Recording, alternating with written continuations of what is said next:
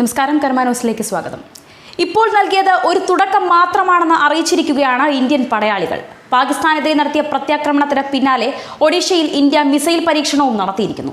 ഇതിൽ നിന്നും മനസ്സിലാക്കേണ്ടത് ഇന്ത്യ തിരിച്ചടിക്കാൻ തുടങ്ങിയിട്ടേ ഉള്ളൂ എന്നാണ്. യുദ്ധസമാനമായ സാഹചര്യത്തിൽ ഇന്ത്യയുടെ കരുത്തുകൂടി കാട്ടുകയാണ് ഇവിടെ. ശരിക്കും ഒരു യുദ്ധത്തിലുള്ള പടയൊരുക്കം എന്ന വണ്ണമാണ് ഇന്ന് മിസൈലുകളും പരീക്ഷിച്ചത്.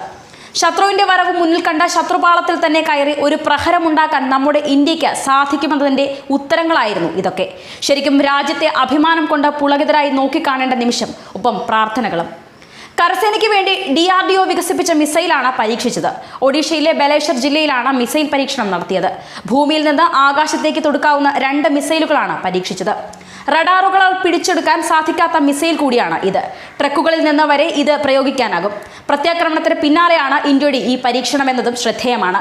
25 മുതൽ 30 കിലോമീറ്റർ വരെയാണ് മിസൈലിന്റെ ദൂരപരിധി. Quick reaction surface to air വിഭാഗത്തിൽ ഉൾപ്പെടുന്നവയാണ് ഇന്ന് പരീക്ഷിച്ച മിസൈലുകൾ. ഇന്ത്യ ഇന്ന് നടത്തിയ പ്രിസിഷൻ സ്ട്രൈക്കിൽ ജെയ്ഷെ മുഹമ്മദ് ഭീകര സംഘടനയുടെ തലവൻ മസൂദ് അസറിന്റെ ബന്ധു യൂസഫ് അസൻ അടക്കം 300ഓളം ഭീകരരെയാണ് വധിച്ചത്. വ്യോമസേന 12 മിറാഷ് 2000 യുദ്ധവിമാനങ്ങളാണ് ഭീകര ക്യാമ്പുകളിൽ തകർക്കാനായി ഉപയോഗിച്ചത്. മിറാഷ് 2000 എയർക്രാഫ്റ്റ് വിമാനം 1000 കിലോഗ്രാം ബോംബുകളാണ് തീവ്രവാദ മേഖലകളിൽ വർഷിച്ചത്. ജെയ്ഷെ മുഹമ്മദിന്റെ കൺട്രോൾ റൂമുകൾ, പ്രധാനപ്പെട്ട പരിശീലന കേന്ദ്രങ്ങൾ എന്നിവ തകർക്കാൻ ഇന്ത്യക്കായി.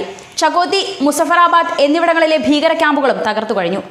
1000 കിലോഗ്രാം ബോംബുകൾ, 12 മിറാഷ് യുദ്ധവിമാനങ്ങൾ തകർന്നത് ജെയ്ഷെ മുഹമ്മദിന്റെ ഏറ്റവും വലിയ ക്യാമ്പ്.